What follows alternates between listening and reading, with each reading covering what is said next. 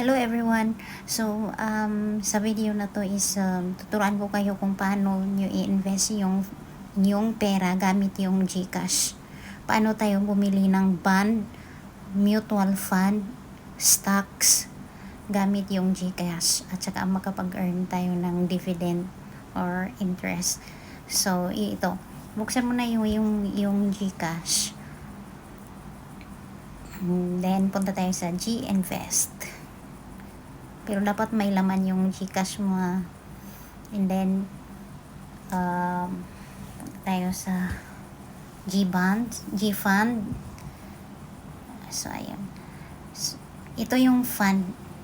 Yung fund is, sa madaling salita is a mutual fund is like, pooled money from many investors. Tapos may manager sila dyan na nag-manage ng pera ng mga investor.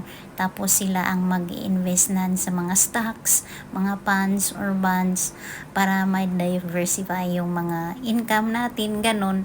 At saka yung nag-earn tayo ng dividend dyan or interest, ganun. So ito na yung fund. So pwede ka dyang bumili ng starts yung price sa 50 pesos, ganun. So, mas maganda talaga pag long-term investment kasi lumalaki siya. Pero may risk talaga dito. So, depende lang sa appetite mo kung anong gusto mo, risk, moderate, o conservative. So, ganyan yung fund. Mag-explore ka naman dyan or meron naman silang dyan na tips kung paano ka mag-invest ng safe, ganun. Pero safe naman yung mutual fund kasi under siya ng SEC yan. Yung SEC is like Securities Exchange Commission. So, safe yung pera nyo, hindi yan scam. Connect lang yan sa GCash sila.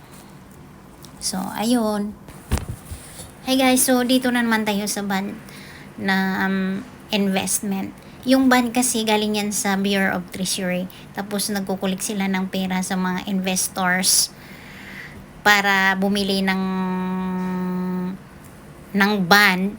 Para yung gagawing pera dyan, purpose ng pera dyan is to build constructions, building, healthcare, o kung ano pa yung mga projects ng government.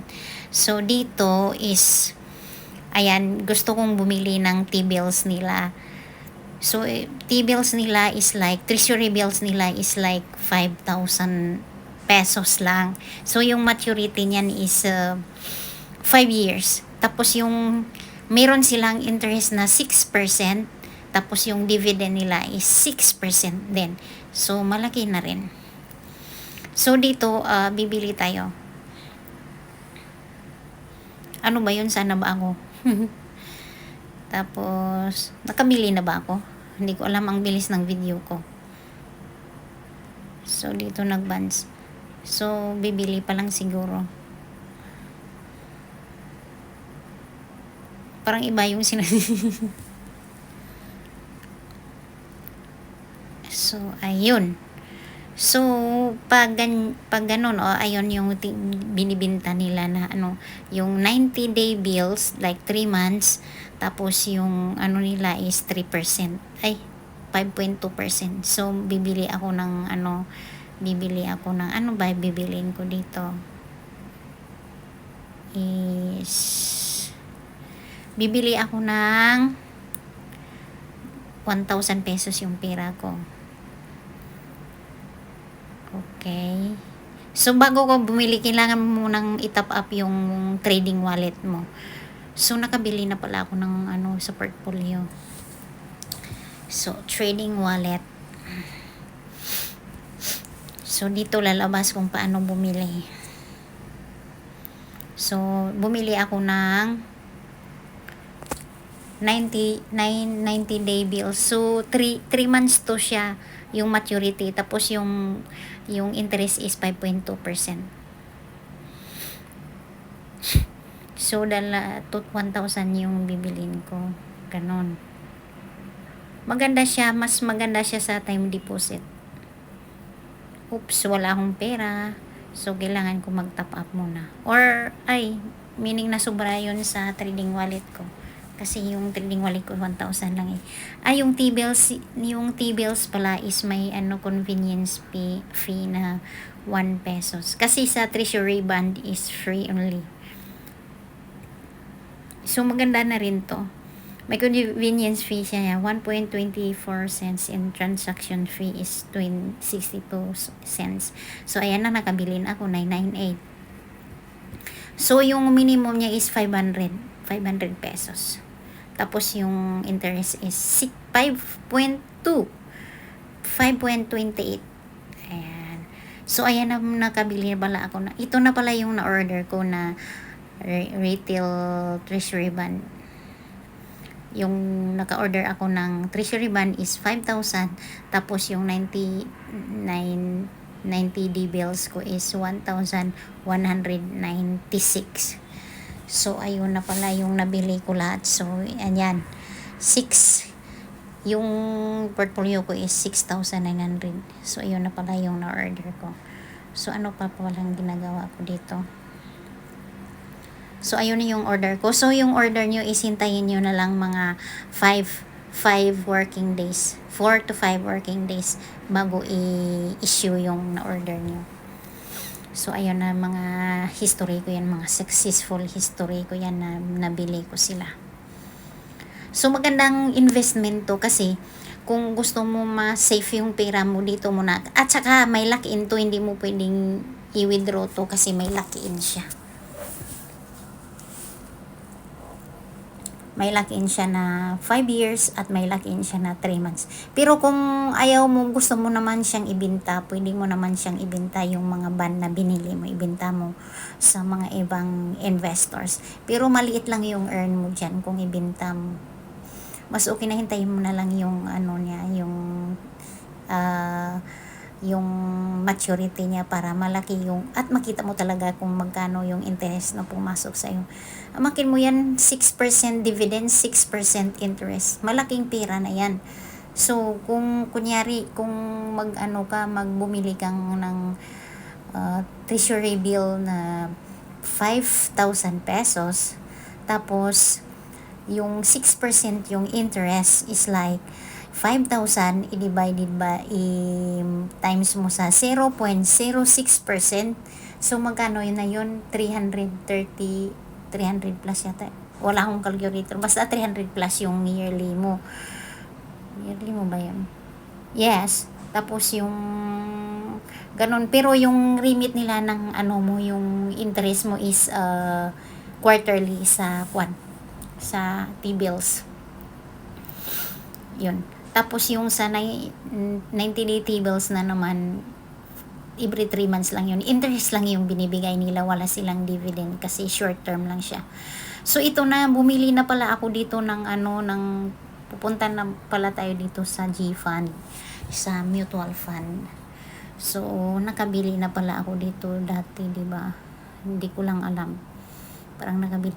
So pwede kayong mag-explore dito kung gusto nyo bumili ng mutual fund, gusto mo yung bond, kung gusto mo yung stocks, pwede ka rin bumili, may stocks dyan. Pero bago ka bumili, dapat yung account mo is verified ni GCash. Kasi hindi ka pwedeng pumasok dito pag hindi verified yung GCash mo. So easy na to, very convenient kung gusto mo mag-invest. Habang nasa abroad ka, pwede ka na mag-invest dito. Tapos next time, meron akong video na sa isang apps na nag-invest rin ako doon ng isang mutual fund. I-share ko lang yan next time. So dito nag-explore ako sa fund. Dito mag-invest ka kaysa ipahiram mo yung pera mo. 50-50 pa kung bayaran ka niya or 50-50 pa na ibalik. Wala na nga interest, hindi ka pa sure na babayaran ka, diba? So, mas okay na dito ka mag-invest kahit magkano. Sa mutual fund, the start from 50 pesos plus lang naman yung mutual fund. Pero sa treasury bond, yung treasury bill is 500, tapos yung RTB 31 ngayon is tapos na siya kasi August 25. August 5 yung last na ano nila, yung pre-sale nila. So wala na ngayon. Pero meron diyan na nag-explore kasi ako. Meron diyan na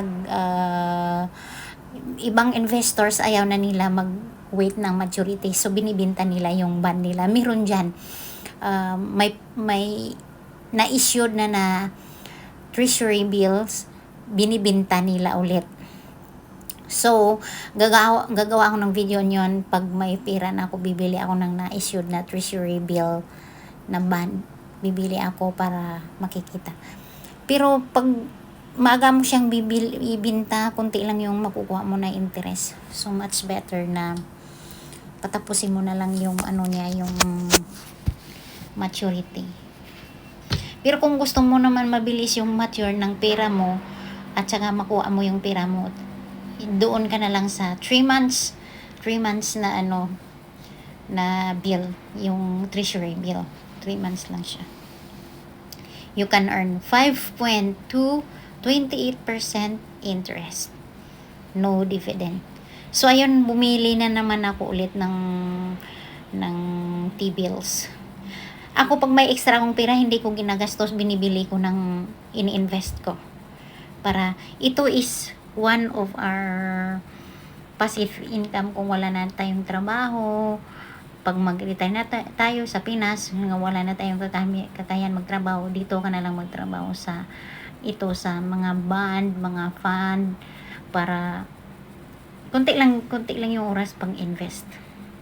At saka yung earn mo lang dito, dividend at saka interest. So okay na yun, di ba? Kaysa wala. This is kind of passive income. Yung hindi mo na kailangan magtrabaho, yung pera magtatrabaho sa'yo. O, di ba? So, every time mag-invest ka, the more na malaki yung invest mo, the more na babalik sa yung interest at saka dividend, malaki rin.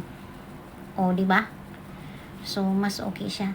Mas, parang ito, aside from pag-ibig MP2, ito rin yung ini-invest ko ngayon kasi MP2 is malaki siya.